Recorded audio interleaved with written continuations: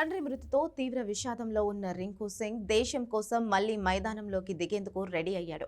తండ్రి ఖాచన్ సింగ్ అంత్యక్రియలు పూర్తి చేసిన కొన్ని గంటలకే రింకు కోల్కతాకు చేరుకోవడం అభిమానులను భావోద్వేగానికి గురిచేసింది. భారత్ వెస్టిండీస్ మధ్య ఆదివారం జరిగే కీలక టీ20 వరల్డ్ కప్ మ్యాచ్ కోసం రింకు శనివారం ఉదయం కోల్కతా చేరాడు.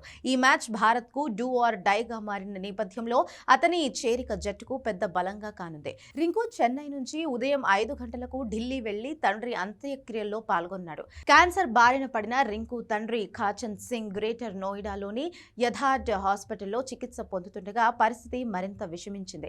జింబాబ్వేతో జరిగిన మ్యాచ్ సమయంలో రింకు జట్టులో ఉన్నప్పటికీ తుది జట్టులో అవకాశం దక్కలేదు. దాంతో రింకు సింగ్ స్థానంలో సంజు శాంసన్ జట్టులోకి దిగాడు. ఆ మ్యాచ్ ముగిసిన తెల్లవారుజామునే రింకు సింగ్ తండ్రి మరణించినట్లుగా వార్త అందింది.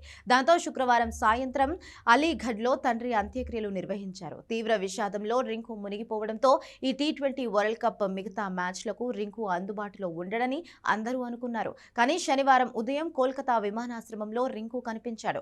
అతడు ఐపీఎల్లో ఆడే హోమ్ గ్రౌండ్ అయిన ఈడెన్ గార్డెన్స్లో ఈ మ్యాచ్ జరగనుండడంతో అతడికి ప్లేయింగ్ లెవెల్లో అవకాశం దక్కే అవకాశం ఎక్కువగా ఉంది.